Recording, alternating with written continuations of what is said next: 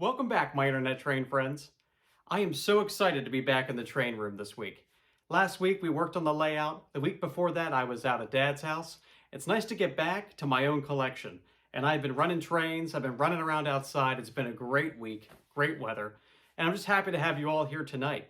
And tonight we're going to talk about one of my favorite things in terms of collecting. And that is huge articulated steam engines.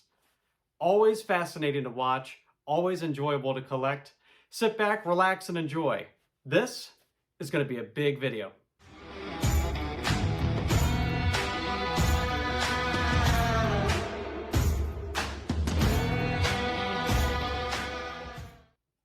I remember being a kid in the late 90s, but as a kid in the 90s, I got to see some really cool catalogs when it came to some of the new scale models. And one of those was an Allegheny. And I remember seeing it in the catalog and I was just blown away. And I just remember thinking to myself, I want to have a huge articulated steam engine one day. I wonder what that looks like running around. I wonder what it would be like to operate it. And many years later, here I am. And I do have an Allegheny, although not Lionel. This is an MTH Premier. This was cataloged in 2014. And it is an outstanding engine. It was the first large steam engine that I ever got, and it is one of my favorite engines. I guess I say that about just about every engine. I can't help it. I get excited about all of them. I also have two Lionel articulated steam engines. They're both Union Pacific. One is the Big Boy 4014, and the next is the Challenger and the 49er scheme. I've gotten a little bit of flack on my Challenger. Listen, I thought it looked really cool. And next to the Blue Comet, it is the second most requested engine on my layout. When I have kids over and family, they're always asking about that big bright yellow engine.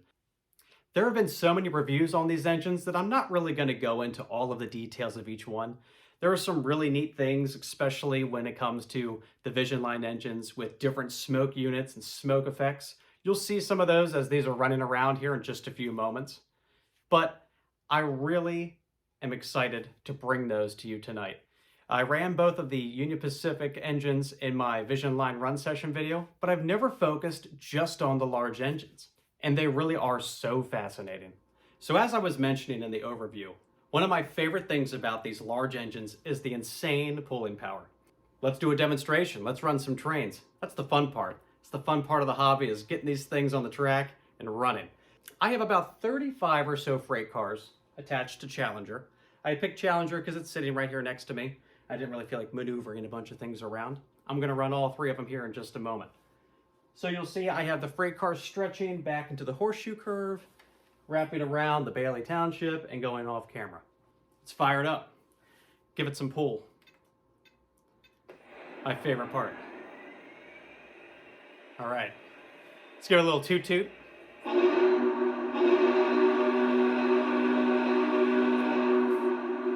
That, haunting. That's like, give you chills listening to something like that. Nice and smoky here on me. This one does have the dynamo smoke feature, which is really cool. Yeah, I'm using the MTH Christmas smoke still. It smells awesome. One of the cool things about Lionel Legacy engines is the speed control. Just like MTH has their speed control, but I feel like I can get a little bit of more creeping, slower speeds out of the Lionel. Let's see if we can do that with this. I had to. There we go. Pull the slack out. And we're moving. You can see it moving next to me. Oh yeah. Insane pulling power. When you think about the amount of curves that these cars are negotiating, that's an insane amount of drag on this engine. Get a little bit more speed now. There they go.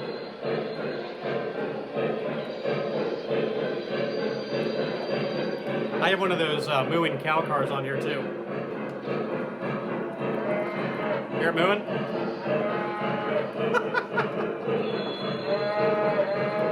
That's insane. Anyway, let's get them running. Let's get all of them running. Enjoy.